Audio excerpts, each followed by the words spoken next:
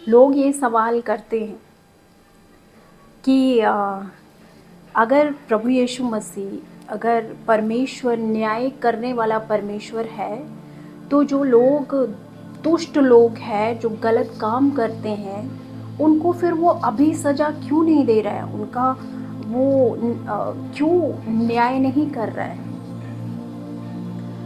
तो इसके लिए बाइबल में जब हम देखते हैं मैथ्यू यानी मत्ती चैप्टर नंबर 13 और 24 से लेके 30 तक यीशु ने उन्हें एक और दृष्टांत दिया। स्वर्ग का राज्य उस मनुष्य के समान है जिसने अपने खेत में अच्छा बीज बोया, पर जब लोग सो रहे थे तो उसका शत्रु आकर गेहूं के बीच जंगली बीज बोकर चला गया। अब अंकुर निकले और बालें लगी तो जंगली दाने के पौधे भी दिखाई दिए। इस पर गृहस्थ के दासों ने आकर उससे कहा, हे स्वामी, क्या तूने खेत में अच्छा बीज ना बोया था? फिर जंगली दाने के पौधे उसमें कहाँ से आए? उसने उनसे कहा, ये किसी शत्रु का काम है। दासों ने उससे कहा, क्या तेरी इच्छा यह है कि हम जाकर उन्हें अभी बटोर दें, मतलब उन्हें काट लें? उसने कहा, नहीं, ऐसा ना हो कि तुम जंगली दानों के साथ पौधे बटोरते हुए तुम उनके साथ गेहूं में उखाड़ ले आओ। कटनी तक दोनों को एक साथ बढ़ने दो।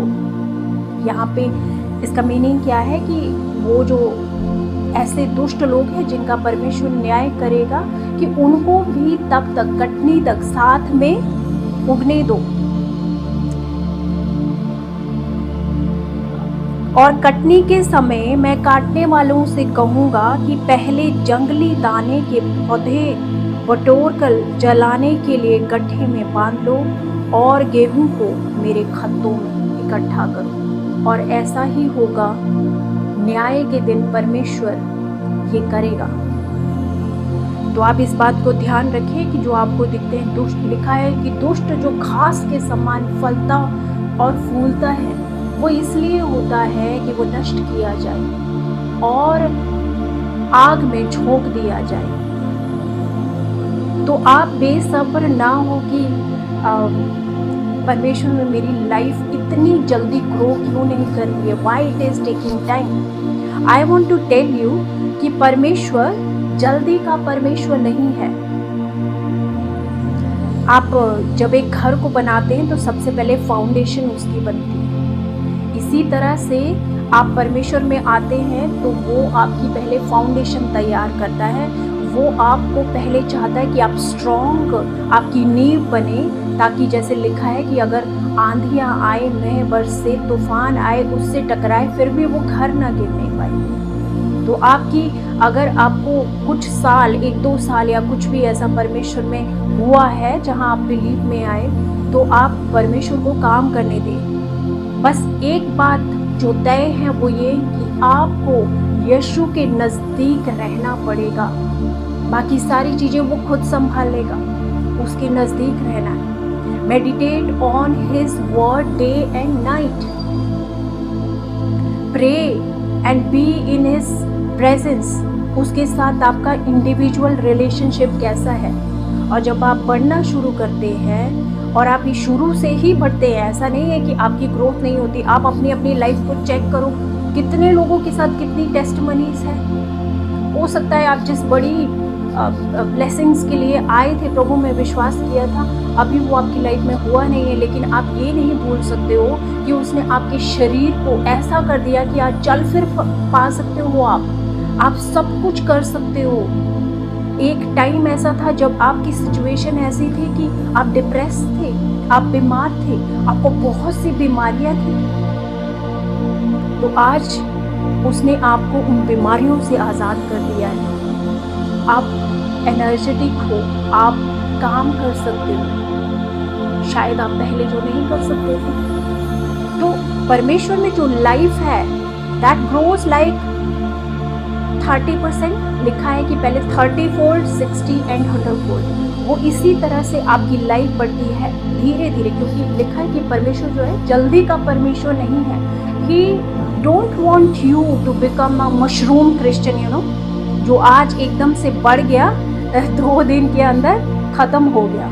वो आपको चाहता है कि आपकी पहले फाउंडेशन स्ट्रॉन्ग हो, फिर आप ग्रो करें। और लिखा है कि बढ़ते बढ़ते जैसे दिन तक प्रकाश जो है बढ़ता जाता है, वैसे ही तुम जो है परमेश्वर में बढ़ पाओ।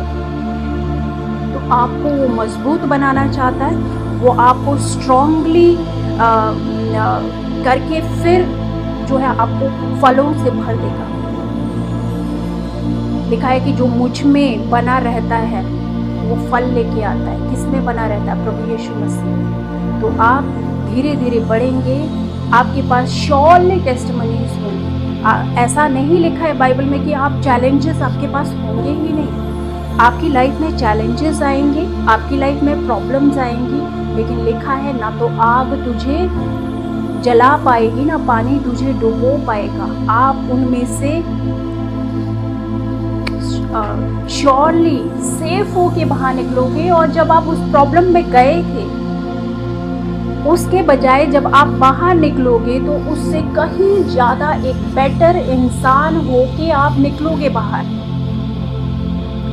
आप एक वॉरियर हो के बाहर निकलोगे। Praise the Lord. तो कितने लोग चाहते हैं कि आप स्ट्रॉन्ग बने परमेश्वर में और स्ट्रांगली आप बाहर निकलो जहाँ जिस प्रॉब्लम में आप हो। कि जब आप we can not see life कि आज हम बैठे हैं, आज आप बैठे हो और आप साल 2 साल बाद आप कैसे होंगे आप देख पाओ। हम आगे को जीते हैं लेकिन पीछे को समझ पाते हैं। मतलब कि जो पास्ट आपका चला गया है, आप फिर ये महसूस कर पाते हो कि वो क्यों हुआ था और जो हुआ था वो अच्छा हुआ था। ये परमेश्वर की प्लानिंग थी, इस वजह से ये सब चीजें हुई। इसीलिए किसी भी बात के लिए चिंता ना करें। परमेश्वर जीवित है, वो आपका न्याय जरूर चुकाएगा। वो 4 दिन के मुर्दा लाजर को जिंदा कर सकता है, लेकिन उसने उसे 4 दिन तक के लिए कब्र में क्यों पड़े रहने दिया? इसीलिए कि परमेश्वर की ग्लोरी, परमेश्वर की महिमा प्रकट होगी। वो 4 दिन के मुर्दा को भी जिंदा कर सकता है। तो अगर आप ऐसी सिचुएशन में कहीं आज है जहां आपको लगता है कि आपको परमेश्वर यहाँ से उठा क्यों नहीं रहा है, ये तो और बद से बदतर होती जा रही है सिचुएशन, तो याद रखें कि वो श्योरली आपको उसी तरह से जैसे उसने 4 दिन के मुर्दा लाजर को उठाया, वो आपको भी उठाएगा। आमेन, हालेलुया।